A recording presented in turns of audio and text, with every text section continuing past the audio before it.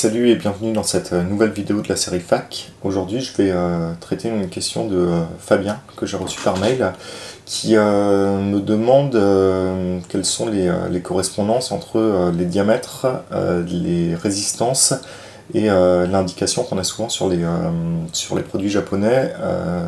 On a souvent un truc avec deux lettres P, E, suivi d'un chiffre.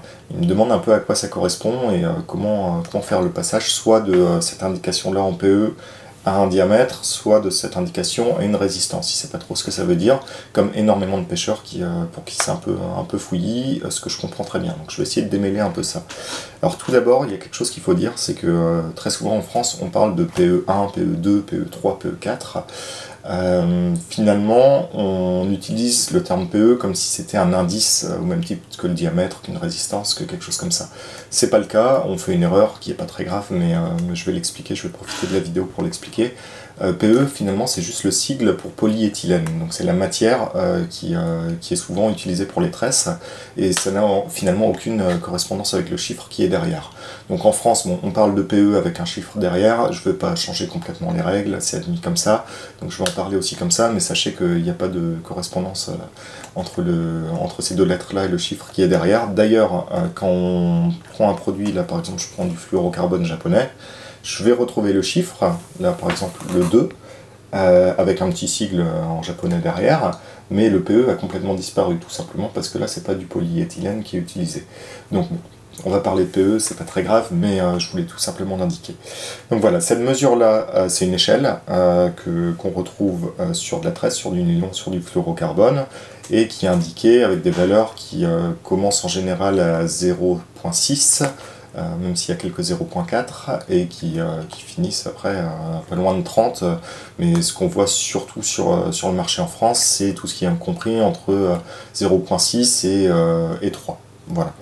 Donc cette échelle-là, elle ne correspond pas du tout à une résistance, contrairement à ce que certains pêcheurs disent.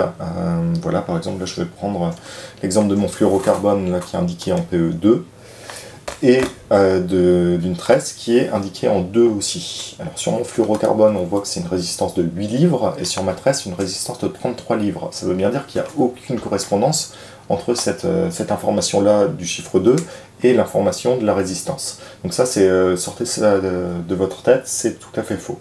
La correspondance qu'on peut faire, c'est entre ce chiffre-là de PE et le diamètre. Donc là, il y a quelque chose qui est faisable. Il y a un calcul mathématique qui permet de retomber, en partant du PE, de retomber sur le diamètre. Alors c'est un calcul un peu à la con, qui est un peu compliqué, je vais vous le donner à titre d'information. Vous prenez le PE, donc là par exemple le 2, vous faites une racine carrée de ce PE là, et vous multipliez le résultat de la racine carrée du PE par 0,165. Donc c'est un peu tiré par les cheveux, mais ça va vous donner le diamètre. Donc évidemment c'est un peu chiant à faire, et puis je ne vais pas vous suggérer de le faire à chaque fois que vous devez passer de l'un à l'autre.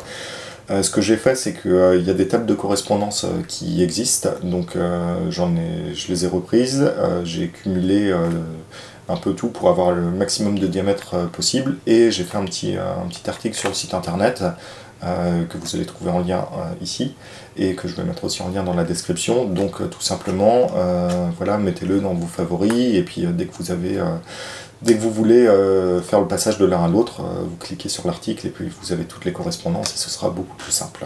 Et j'en profite, il y a énormément de personnes qui se posent ces questions-là.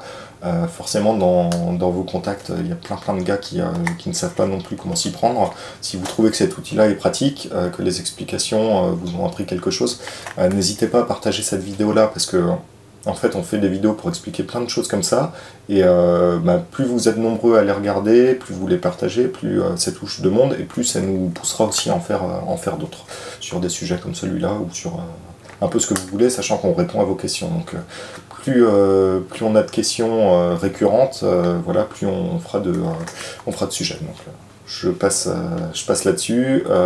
N'hésitez pas à nous poser également vos questions sur d'autres sujets, soit dans les commentaires de cette vidéo-là, soit par mail.